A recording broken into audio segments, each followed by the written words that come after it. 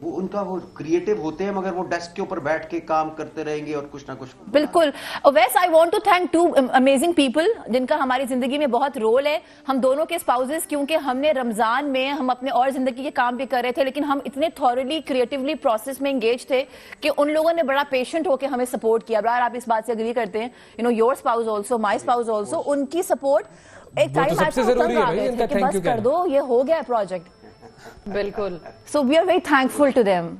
اچھا مجھے یہ بھی بتائیے گا کہ آپ کا یہ ڈائریکٹرل ڈیبیو ہے, پہلی دفعہ آپ میوزک ویڈیو آپ نے ڈائریکٹ کیے, تو یہ آپ کیوں اس طرف آ گئی؟ آپ اتنے سارے کام کرتی ہیں, اچھے بھلے کام کرتی ہیں, بہترین کرتی ہیں, یہ کون سی آپ کے اندر ایک یوں کہہ لیں وہ چنگاری بھڑکتی ہے اور آپ نے کہا نہیں میں یہ والا کام بھی کروں گی, اور پھر اس کام کی طرف بھی آ گئی اور دیکھیں بڑا زبردست آپ نے کام کیا, یہ ہوا کیا ہے؟ اچھا آپ نے نا اقبال کا ذکر کیا تھا, تو ان کا ایک شعر ہے کہ منزل سے آگے بڑھ کر منزل تلاش کر, مل جائے تجھے دریا تو سمندر تلاش کر. مجھے لگتا ہے کہ وہ سمندر جو ہے نا وہ میں تلاش کر رہی ہوں, اور یہ جو ہوا ہے یہ خدا نے کروایا, بیکاز ہم تو سہارا کے لیے کام کر رہے تھے, ایک دم سے بیٹھے ہوئے تھے, بڑا امیزنگ پروسیس ہے یہ, ایک دم سے بیٹھے ہوئے تھے, ابرار نے گانا سنایا, میں نے ویڈیو دیکھی, وہ ویڈیو اچھی تھی, لیکن مجھے ایسے لگا کہ کلام کو شاید وہ انکارپوریٹ نہیں کر پا رہی, اور the moment he trusted on my artistic capabilities, مجھے لگا کہ یہ ذمہ داری یہاں سے آئی ہے اور مجھے نبھانی ہے,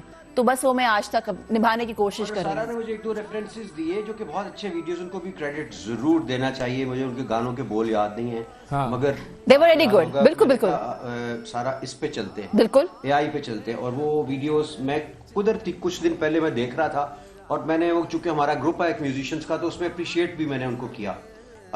تو یہ جب مجھے یہ آپ نے دوبارہ بھیجا لنک, تو میں نے سوچا کہ یار اس کو ہم مل کے بناتے ہیں, اس ویڈیو کو اس طرف لے کے چلتے ہیں. اور پھر سارا کا ایک جاننے والا لڑکا, کیا نام اس کا, جواد نہیں باجوہ, نہیں, جس دشہری, ہمیں کریڈٹ ضرور دینا بالکل دینا چاہیے شہری کو, اور جس کا بنتا ہے ڈیو, اور اس کو ہم نے کہا کہ اس پہ کچھ بنا کے دکھاؤ کہ ہم تمہیں, اس نے کہا سرٹن اماؤنٹ لگے, ہم نے کہا یار پتہ نہیں تم کیا بناؤ گے, یہ بڑا پروسیس مزے کا ہے. ہاں, اور اس نے کچھ بھیجا تو ہمیں وہ انٹرسٹنگ لگا. نہیں لیکن اس میں ابرار ایک چیز بھول رہے ہیں. اچھا ایک اور چیز بھی ہے, ہم جب اس پروسیس میں آ رہے تھے تو ابرار اور میں نے ایک پاسبلٹی رکھی ہوئی تھی, خدا نہ خواستہ اگر یہ نہیں بنتی نا صحیح, ہم دوبارہ سے جنرل پروڈکشن کی طرف جائیں گے. So we were very open to ideas. ہاں, اور یہ جو جوانی والے آپ کو ابرار نظر آئے ہیں, یہ بھی پروسیس تھا کہ اچھا آپ لوگ بار بار ان کو جوانی والا پیچھے ہی پڑ گئے, اس شخص نے بیٹھنا ساتھ کیا گوارا کر لیا کہ آپ لوگ تو بس بالکل ہی ہاتھ دھو گے. بالکل ہی نا ابرار بھائی, یہ ہوتا ہے ہمارے یہاں, ہوتا ہے یہ کہ بس تھوڑا سا آپ انگلی پکڑائیں نا تو بس اگلا ہاتھ پکڑ لیتا ہے. جوان کہہ کر بس شروع ہو گئے ہیں لوگ. بالکل دیکھیے میں چاہوں گا آپ اس بات سر, میں کہہ رہی ہوں یہ دونوں اب تو پہلے صرف فویز تھے, اب سارا بھی شروع ہو گئی ہے ساتھ, اور جوانی پوائنٹ آؤٹ کر رہی ہیں. تعلق ہے نا, تو اس وجہ سے شاید ہمارا جو ہے وہ ویو لینتھ یہاں پر مل گئی ہے. میں آپ کا شکریہ ادا کرنا چاہتا ہوں اور بار بار ادا کرنا چاہتا ہوں. ہم آپ کو شکریہ کا بار بار موقع دیتے رہیں گے ماشاءاللہ. اچھا یہ چونکہ سہارا کی بات ہوئی, یہ پوائنٹ نوٹ کر لیا ہوگا. کامران لاشاری صاحب کا شکریہ ادا کرنا چاہوں گا کہ انہوں نے جو ہم شوٹ کرتے رہے اتنے دن یہاں پہ قلعے میں جا کے, انہوں نے ہمیں فیسیلیٹیٹ کیا. وہ ہمیشہ آرٹ کو, فن کو سپورٹ کرتے ہیں, لیکن وہ ہم اس کو آنر نہ کر سکے, اگرچہ اس کے شارٹس ہمارے پاس پڑے ہیں, اور اس میں میں کوئی اتنا بوڑھا نہیں لگ رہا ویس, وہ میں آپ کو بھجواؤں گا اور آپ اپریشیٹ کریں. بالکل صحیح ہے. لیکن seniority has its own very, وہ جس کو کہتے ہیں نا ایڈوانٹیجز, اس کے اپنے بینیفٹ. گریس. ہاں, لیکن جو بھی ہے شفا اینڈ ویس, یہ جو کلام ہے نا, یہ ایک ماسٹر پیس ہے کہ میں آئی واز سو ہوپ فل کہ ہم اس کو نبھا پائیں, اس کی ڈائریکشن کو نبھا پاؤں میں. نہیں انصاف کیا آپ لوگوں نے, بالکل انصاف کیا ہم دونوں نے. اچھا چونکہ وہ سہارا کی بات ہوئی تھی تو میں چاہ رہا تھا کہ ابرار بھائی اگر آپ تھوڑا سا ہمیں بتا دیں کہ سہارا جو ہے وہ اب کیا کر رہا ہے اور ڈومین اس کا کتنا بڑھ گیا, اگر یہ بھی ہمارے ناظرین کو آپ تھوڑا بتا سکیں, کیونکہ یہ بھی آپ کا ایک اینگل ہے فلانتھروپی کا. ماشاءاللہ لوگوں نے اس بار بھی چونکہ زکوٰۃ دی, خیرات, یہ سہارا کو رمضان میں یہ پورا سال چلیں گے. ہم ماشاءاللہ 3 بیجز پاس آؤٹ کر چکے ہیں ڈاکٹرز کے, 100 کے 300 لوگ ڈاکٹرز بنا کے جا چکے ہیں جو پوری دنیا میں مختلف جگہوں پہ اس وقت پرفارم کر رہے ہیں, میڈیکل کالج کے سہارا کے. پھر ہاسپٹل جو ہے وہ 60 لاکھ سے زیادہ مریضوں کا مفت علاج کر چکا ہے. پچھلے 23 ایئرز سے یہ ہاسپٹل چل رہا ہے. This was the first ever hospital built in a remote rural area of Pakistan.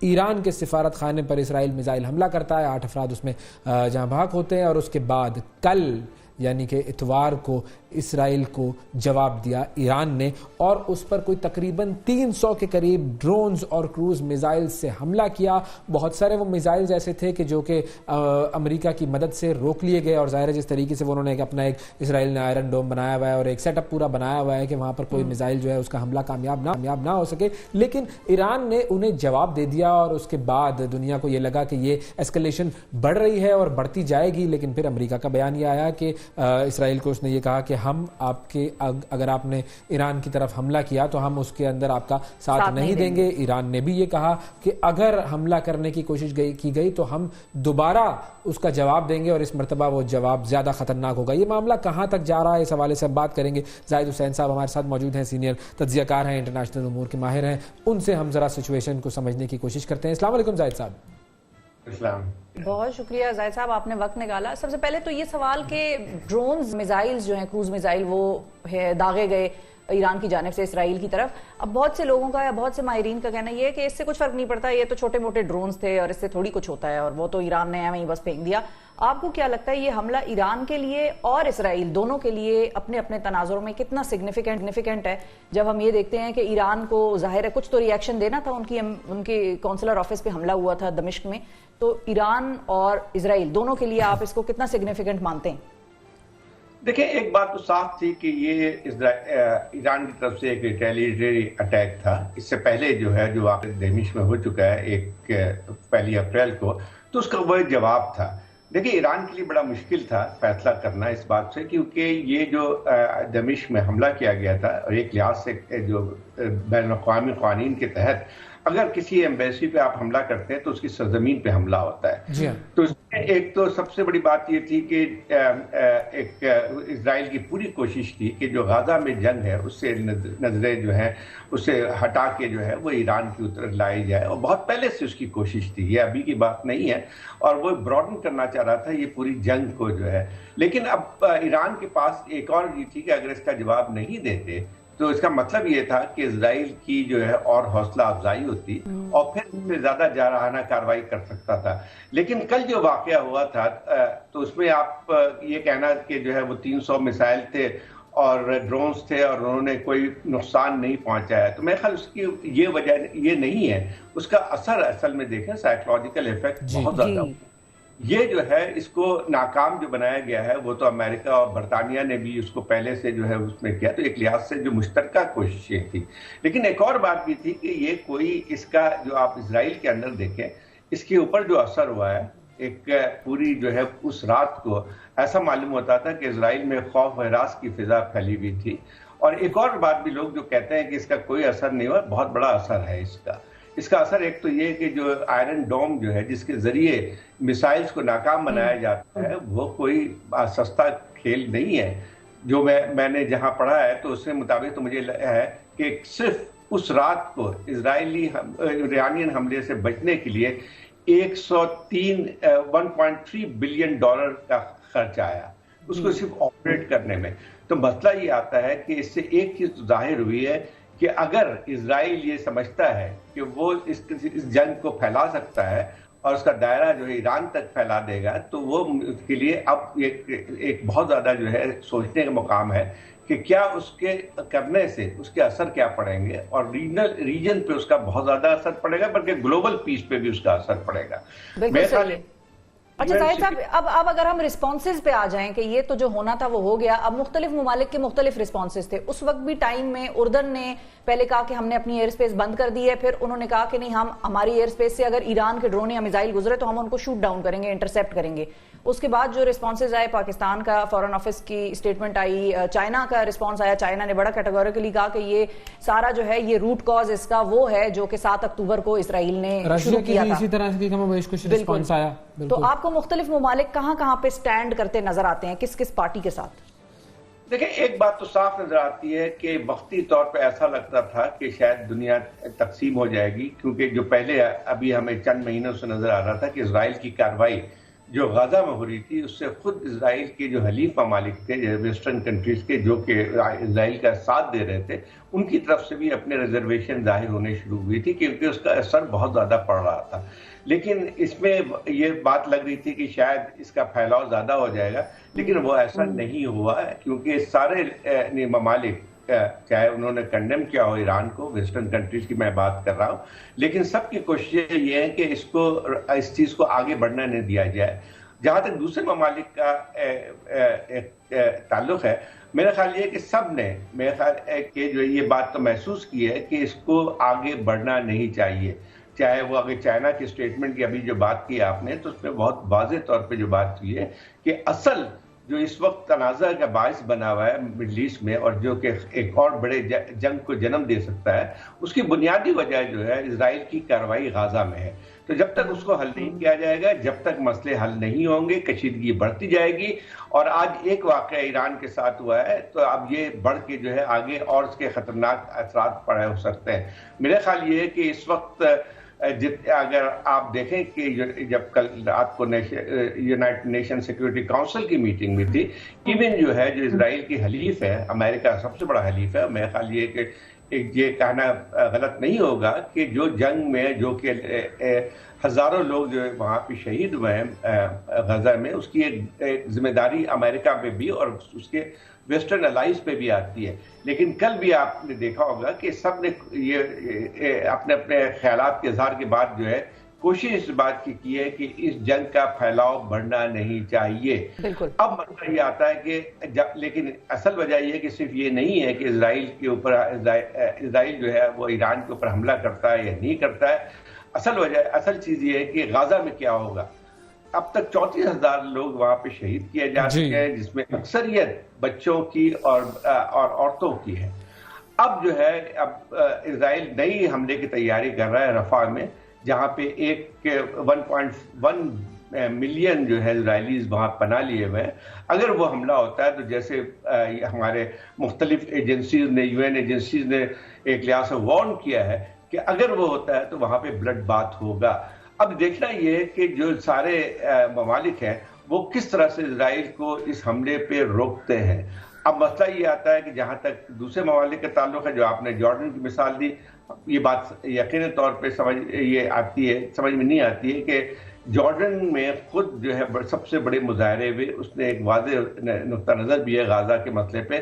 لیکن میرا خیال یہ کہ اس وقت جو ایرانین اس پہ جو کارروائی کی ہے اس نے, میرا خیال یہ کہ اس پہ مغربی پریشر بہت زیادہ تھا, اور ایک چھوٹا ملک ہے اس میں میرا خیال یہ اس کے لیے ممکن نہیں تھا کہ وہ اس کشیدگی میں پھنستا. میرا خیال یہ کہ دوسرے ممالک جو سعودی عربیہ یا اور یہ جو مشرق وسطیٰ کے ممالک ہیں, ان کی طرف سے جو بات آئی ہے وہ انہوں نے کسی نے اسرائیل کی تائید تو نہیں کی ہے, لیکن اس کی مذمت بھی اس طرح سے جس طرح کرنی چاہیے تو وہ نہیں کی ہے. دو چھوٹی چھوٹی چیزیں جس میں میں چاہوں گا بہت بڑا ایک المیہ ہے. سر وہ تو ہم نے بھی نہیں کی ہے, ہم نے بھی کہا ہے Pakistan is only in deep concern. نہتے عوام پہ جو ہے ایک حملہ ہو رہا ہے, ان کو جینوسائڈ کیا جا رہا ہے, تو اس کے بعد جو ہونے چاہیے تھے, جو اس کے اوپر ریئیکشن ہونا چاہیے تھا مسلم ورلڈ کا, وہ ہمیں نظر نہیں آتا ہے. صحیح.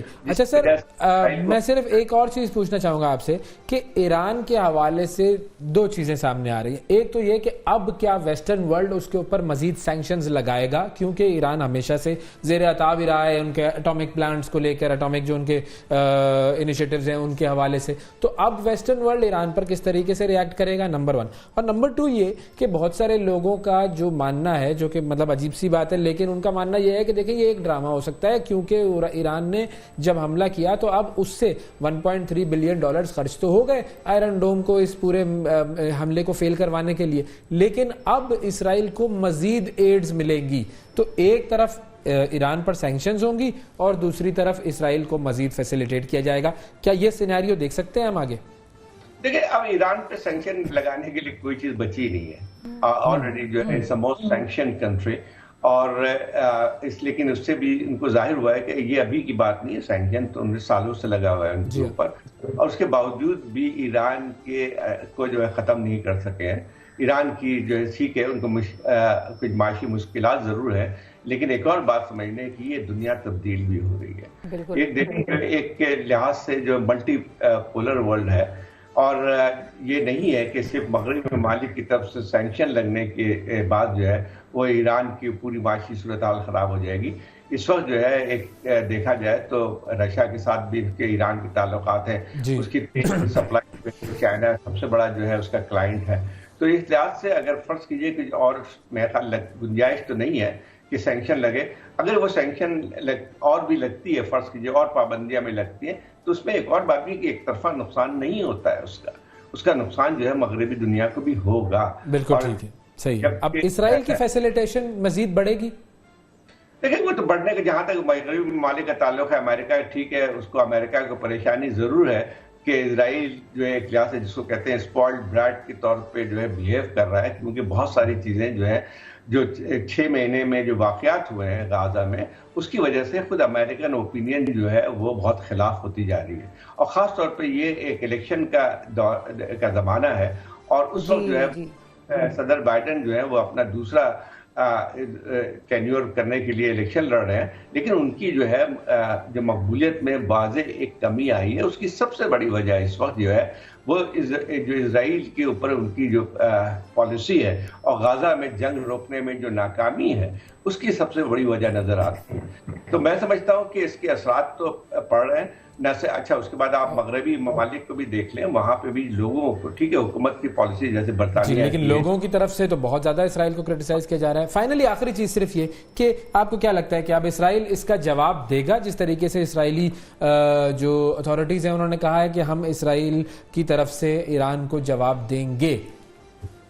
میرا خیال یہ ہے کہ جس وقت حکومت ہے اسرائیل میں رائٹ ونگ کی انتہا پسند حکومت ہے، اور جو انہوں نے جس طرح سے مظاہرہ کیا ہے ایک ریکلیسنس کا، اس سے کوئی بعید نہیں کہ کوئی پھر کارروائی کریں، لیکن ان کو اس کی قیمت ادا کرنی پڑے گی. کیونکہ دیکھیں اس میں اگر اس وقت دوبارہ کوئی ایسی کارروائی کرتا ہے ایران کے خلاف، تو اس میں ایک تو یہ بات یہ ہے کہ اس کے جو حلیف ممالک ہیں مغربی ممالک، ان کو جو ہے روکنے کی کوشش کی جائے گی. اور اس کے بعد جو ہے اگر یہ اس کے باوجود بھی کرتے ہیں، اور مجھے لگتا ہے یہ کہ کریں گے کیونکہ بہت ساری چیزوں پہ اور انہوں نے اپنے حلیفوں کی بات نہیں سنی ہے، تو میرا خیال یہ ہے کہ اس دفعہ بھی کوئی ایسی کارروائی کرنے کی کوشش کریں گے، لیکن اس کا پھر دائرہ کار بڑھ جائے گا، اسرائیل کے لیے بھی مصیبت اور بڑھ جائیں گی. بہت شکریہ ادا کریں گے زاہد حسین صاحب. ناظرین ہمارے ساتھ موجود تھے سینئر صحافی اور تجزیہ کار. اور ایک وقفہ لیتے ہیں ناظرین، وقفے دوبارہ ملتے ہیں. اسٹے ود اس.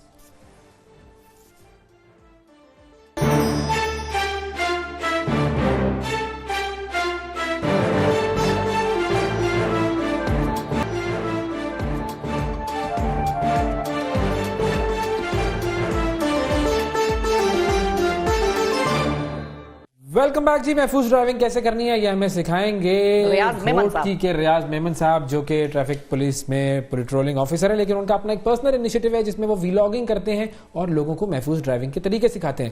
کیوں، کیسے، یا منی سے جانیں گے. السلام علیکم ریاض صاحب. ریاض صاحب آپ کو میری آواز آ رہی ہے؟ جی آواز آ رہی ہے. جی ریاض صاحب بتائیے جی، یہ جو آپ نے ویلاگنگ کا سلسلہ محفوظ ڈرائیونگ کے حوالے سے شروع کیا، یہ کیسے شروع کیا؟ دراصل میں مجھے ڈرائیونگ کا پہلے ہی شوق تھا شروع میں. اس کے بعد جب میں ایک کوئنسیڈنس ہوا کہ میں موٹر وے پولیس میں بھرتی ہو گیا نا، 2011 کی بات ہے. صحیح. 2011 کے بعد جب میں موٹر وے پولیس میں آیا تو میں نے اندر سے چیزیں دیکھنا شروع کی. پہلے تو ہم گھر میں بیٹھے ہوتے تھے، ہمیں پتہ نہیں ہے کہ روڈ پہ کیا ہو رہا ہے، کتنے ایکسیڈنٹس ہو رہے ہیں. جب میں اس فیلڈ میں آیا ہوں اندر، تب مجھے پتہ چلا ہے کہ یار یہاں تو جو ہے وہ لوگوں کو ایک روڈ سیفٹی کی ABC کا بھی پتہ نہیں ہے. یعنی وہ ایک صرف اسٹیئرنگ ڈرائیور ہے، ڈرائیونگ پہ بیٹھ جاتے ہیں، ان کو یہ نہیں پتا ہوتا کہ لین کون سی میں چلنا ہے، 2 لین روڈ پہ ہم نے کس طرح اوورٹیکنگ کرنی ہے، اشارے ہم نے کب استعمال کرنے ہیں. تو یہ ساری چیزیں جب میں نے دیکھا نا کہ روڈ ایکسیڈنٹس کی، ابھی آپ نے ریسنٹلی دیکھا ہوگا کہ وہ جو کلر کہار میں محفوظ ڈرائیونگ نہ کرتے ہوئے ایک بس کا حادثہ ہو گیا تھا، اور بس جو الٹ گئی تھی ایک سائڈ سے دوسری سائڈ پہ آ کے، دیکھیں نا ایک بس والے کی غلطی کی وجہ سے 50 بندے مر گئے. میں یہ کہتا ہوں کہ یہ جو ڈرائیورس ہوتے ہیں نا، یہ ہوتے ہیں ایک خودکش بمبار. ٹھیک ہے، خودکش بمبار تو ایک جان کے کرتا ہے. ڈرائیور جو ہوتے ہیں وہ بھی 50 لوگوں کی زندگی، ایک بس کے ڈرائیور کے اوپر 50 لوگوں کی زندگی ہوتی ہے. تو آپ کی ان ویڈیوز کا رسپانس کیسا آ رہا ہے؟ کتنے سبسکرائبرز بن گئے؟ لوگ کیا آپ کی ویڈیوز دیکھ کر ان سے سیکھ رہے ہیں؟ بہت زیادہ الحمدللہ. مجھے تو یہ پہلے لگتا تھا کہ یہ بڑا ایک ڈرائی سبجیکٹ ہے, ایک خشک سبجیکٹ ہے, روڈ سیفٹی کو کون دیکھتا ہے یوٹیوب کے اوپر یا فیس بک کے اوپر. لیکن جب میں نے اس کو اسٹارٹ کیا تو لوگوں کا ایک امیزنگ ریسپانس آیا اور میں پھر بڑا خوش بھی ہوا اور موٹیویٹ بھی ہوا. اس کے بعد تقریباً میرے کوئی 270K پلس جو ہے وہ فیس بک کے اوپر میں فیس بک پہ. کیا بات ہے, زبردست. اچھا, محکمے کی طرف سے تو کسی قسم کی کوئی پابندی یا کچھ ایسی شکایت وغیرہ تو نہیں آئی کہ یہ کیا تم نے شروع کر لیا ہے, کام پہ دھیان دو, یا انہوں نے اپریشیٹ کیا؟ اصل میں ہوتا یہ کہ میں جب ڈیوٹی کرتا ہوں نا, ڈیوٹی کے بعد میں یہ اپنے پارٹ ٹائم میں جو میرا اپنا ٹائم ہوتا ہے اس میں ویڈیوز بناتا ہوں اور میں یونیفارم میں ایک ڈپارٹمنٹ کو ریپرزینٹ نہیں کرتا. تو اس لیے مجھے الحمدللہ ابھی تک ڈپارٹمنٹ نے کوئی یہ نہیں کیا کہ بھائی آپ کیوں بنا رہے ہیں, اور کرنا بھی نہیں چاہیے میرے خیال میں. تو ان کو جن کو پتا ہے تو پازیٹیو ایکٹیویٹی ہے. بالکل آپ انہی کی مدد کر رہے ہیں. اچھا یہ بتائیں, سب سے زیادہ وائلیشن یا کون سا ایسا رول ہے جو بالکل ہی لوگوں کو سمجھ نہیں آتا, مطلب بالکل ہی وہ پیدل ہے اس سے؟ ہاں پیدل, یہ ورڈ ہے بالکل. سر اصل میں یہ کہ ہمارے پاس رولز اینڈ ریگولیشنز کا بڑا بھگتان ہے, ٹھیک ہے. تو بہت سی چیزیں ایسی ہیں ان کو لین کا نہیں پتا ہوتا. ابھی ایک گاڑی کو میں نے روکا تھا, وہ تھرڈ لین میں موٹر وے پہ جا رہے تھے جو رائٹ لین ہوتی ہے. تو ان کو یہ نہیں پتا تھا کہ اگر میں سلو جانا ہے مجھے تو میں نے فرسٹ لین میں جانا ہے.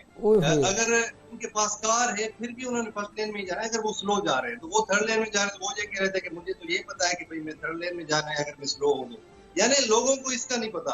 اوور اسپیڈنگ بہت زیادہ جو ہے وہ, یعنی کہتے نا کہ ڈرائیونگ جو ایکسیڈنٹس کی شرح ہوتی ہے نا, وہ 90% جو ہے وہ ایک ڈرائیور کی غلطی کی وجہ سے ہوتی ہے. صرف 10% گاڑی کا کوئی فالٹ ہو گیا یا انجینئرنگ کا کوئی فالٹ ہو گیا. تو آپ جب کسی کا چلان کرتے ہیں تو اس سے کہتے ہیں سبسکرائب ضرور کرنا مجھے؟ نہیں سر, میں یہ نہیں کہتا. حالانکہ لوگ تو مجھے جو ہے وہ پہچانتے ہیں الحمدللہ, تو وہ خود آ کے کھڑے ہوتے ہیں اور کچھ چالان بھی لیتے ہیں. پھر میں ان کو یہ بھی کہتا ہوں کہ اگر آپ میرے ویلاگز پہ عمل نہیں کریں گے تو آپ میرے سچے فالوور نہیں ہیں. بہت شکریہ. ریاض میمن صاحب ناظرین ہمارے ساتھ موجود تھے گوٹکی سے. اور میمن آدمی کمال کرتا ہے ہمیشہ, یہ طے ہے زندگی میں. میمن آدمی جو ہے وہ بیسٹ ہوتا ہے. یہ تو وہ بتاتے ہیں لوگوں کو کہ محفوظ ڈرائیونگ کیسے کرنی ہے. اپنا خیال رکھیے اور ہمیں اور پاکستان کو دعاؤں میں یاد رکھیے. اللہ حافظ.